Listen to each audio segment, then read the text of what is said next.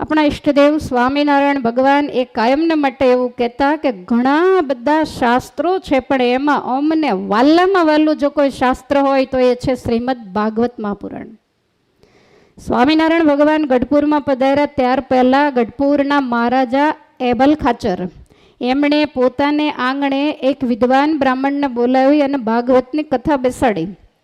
7 દિવસે કથા પૂરી થઈ એટલે એવું કહ્યું કે હજુ જો તમારે હિંમત હોય તો અમારે બીજી વાર સાંભળવાની ઈચ્છા છે. એનો જ માંડવો, એની જ વ્યાસપીઠિકા બીજી વાર, ત્રીજી, ચોથી. અને આપણા શાસ્ત્રો એવું કહે છે કે એબલ ખાચરે ઉપરા ઉપર એક જ વ્યાસપીઠ, એક જ વક્તા અને એક જ યજમાનને શ્રોતા એની પાસે 7 વખત ભાગવતની કથા સાંભળી. સ્વામિનારાયણ ભગવાન અવારનવાર દાદાના દરબારમાં બેઠા હોય, પ્રાગજી પુરાણી, નિત્યાનંદ સ્વામી, શુકાનંદ સ્વામી વગેરે બેઠા હોય તો એવું કહે કે ભાગવતની કથા કરો. અને ભગવાન શ્રી હરિએ ભાગવતનો જે મર્મ હોય એ સભાની અંદર સમજાવતા, એટલે ભગવાનને ભાગવત અતિશય વાલું છે. સ્વામિનારાયણ ભગવાને આપણા માટે જીવનદોરી રૂપ, જીવન જીવવાની જડીબુટ્ટી રૂપ શિક્ષાપત્રી લખી છે, જેને આપણે નિત્ય વાંચીએ છીએ. તો એ શિક્ષાપત્રીની અંદર શ્લોક નંબર 93, 98, 99 અને 117 આ 4 શ્લોકમાં, ખાલી 212 શ્લોક છે, એમાં 4 શ્લોકમાં ભાગવત પુરાણને યાદ કર્યું છે. મહારાજે એવું કહ્યું કે ભાગવત પુરાણનો અમારા આશ્રિતોએ રોજ અભ્યાસ કરવો, પછી રોજ કાંઈ થાય નહીં. તો મહારાજ કે વર્ષો વર્ષ એક વખત એને જરૂર વાંચવું અથવા સાંભળવું. જે વિદ્વાન હોય, જે પંડિત હોય તો એમણે નિત્ય આ ભાગવતનો અભ્યાસ કરવો.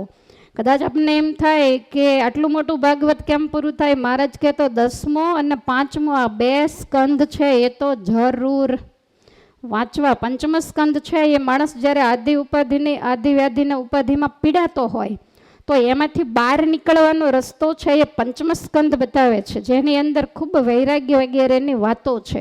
આપણી પાસે તો કાંઈ નથી. મોટા મોટા રજવાડાઓ મૂકી અને રાજા મહારાજાઓએ શું કર્યું એ કથા 5મા સ્કંદની અંદર બતાવેલી છે. અને 10મા સ્કંદની અંદર ગોપીઓની ભક્તિની કથા બતાવેલી. એટલે આ 2 તો મહારાજ કે અવશ્ય અમારા આશ્રિતોએ વાંચવા. એટલે શિક્ષાપત્રીની અંદર પણ ભગવાનનો જો મહિમા સમજવો હોય તો મહારાજ કે ભાગવત પુરાણ એને જરૂરથી વાંચવું. ભાગવત પુરાણ વાંચવાની, કથા કરાવવાની, સાંભળવાની બધાને ઈચ્છા હોય, પણ અમુક વસ્તુઓ કેવી છે કે અમુક વસ્તુ ભાગ્યમાં હોય તો મળે છે. નહીતર તો ઘણીવાર એવું પણ થાય કે આપણે કથા સાંભળવાના ઈશકથી જ ગામડેથી બસમાં બેઠા હોઈએ, પણ અહીંયા આવ્યા પછી કાંઈક એવી મુશ્કેલી આવે કે કથાની જગ્યાએ પડી રહે. ખૂબ જ અઘરું છે. આપણે માનીએ છીએ એટલું સહેલું નથી. ગામડાની અંદર પેલા કથાઓ બાસતી આપણા સંતો દ્રષ્ટાંત આપે, કદાચ સાચું એ હોઈ શકે, ખબર નથી. પણ આપણે જેમ નગર યાત્રા નીકળી એમ પોથી યાત્રાઓ ગામડાની અંદર નીકળતી હોય તો આજે લોકોની પાસે ફટાકડાઓની સિસ્ટમ છે, તો તે દિવસે છે ને બંદૂકોના ભડાકા કરતા. લગ્ન પ્રસંગ હોય તોય બંદૂકોના બાર કરે. તો એવી રીતે ખેતીવાડી વગેરે કરતા હોય, આખી જિંદગી કાંઈ મંદિરે જવાનો કે કથા વાર્તા સાંભળવાનો કરવાનો સમય મળ્યો ન હોય અને ઉંમરવાળા હોય ને પછી અમુક ઉંમરે ઘરમાંથી થોડાક કાઢી નાખ્યા હોય, પછી કથા બેસે. તમે અમારે બહુ લાંબો ટાઈમ સુરતમાં કથા ન થાય, પછી અમે આવીએ એટલે નાનો સમાજ હોય ને પૂછે કે બહુ કથાઓ કેમ હમણાં નથી? કેમ? તો કે અમારા બા ઘરે ને ઘરે તમે કથા કરો તો 7 દિવસ તમારી પાસે આવીને બેસે. એટલે અમુક ઉંમર થાય. જો અમારો આશ્રમ કેવો છે કે જેમ ઉંમર વધે એમ એનું સન્માન વધે, અને તમારો આશ્રમ એવો છે કે જ્યારે રળીને રૂપિયા લાવતા હોય ત્યારે સન્માન હોય, પછી જ્યાં ત્યાં ઉધરસ ખાઈને કપકટતા થઈ જઈએ ત્યારે ધીરે ધીરે સન્માન ઘટી જતું હોય છે. તો કોઈ વડીલ દાદા હશે એને એમ થયું કે જિંદગીમાં કોઈ દિવસ સારું કામ તો કર્યું નથી, કાયમ ખાઈને ખાવાનું થયું છે, કથા કરાવવાનો વેત નથી ને આ વખતે કથા ગામમાં બેસે છે તો પૂરેપૂરી 7 દિવસ કથા સાંભળવી છે, આવો સંકલ્પ કરી અને પોથી યાત્રાની અંદર જ જોડાઈ ગયા. હવે લાકડીને ટેકે ટેકે જતા હશે, એમાં બાજુમાં કોકે બંદૂકનો ભડાકો કર્યો તો આને બે કાનમાં ધાક પડી ગઈ. તે દિવસે માઇકની સિસ્ટમ નહોતી, એમ જ વંચાતી હોય, બ્રાહ્મણો વાંચતા હોય, સીધા લોકો બેસીને સાંભળતા હોય, બે કાન બંધ. પછી તો પોથી યાત્રા પહોંચી, ભૂદેવે વાંચવાનું ચાલુ કર્યું. એક દિવસ ગયો, 2 દિવસ ગયા, દાદાએ ઘણી મહેનત કરી પણ કાંઈ ધાક ખુલ્લી નહીં. કથા પૂરી થઈ. 4-5 વર્ષે ગામડામાં બેસતી હોય, બધાને ઉત્સાહ હોય, વળી પાછા પોથીજીને કોઈ યજમાન હશે એને ઘેર પધરાવવાના. દાદા વળી પાછા પધરાવવામાં ભેગા ચાલ્યા, એમાં બાજુમાં કોકે પાછો બંદૂકનો ભડાકો કર્યો, આને બે ધાક ખુલ્લી ગઈ. વિચારો જોઈ તમે, બાજુમાં બેઠા હોઈએ ને તોય ભાગ્યમાં હોય તો જ સંભળાય.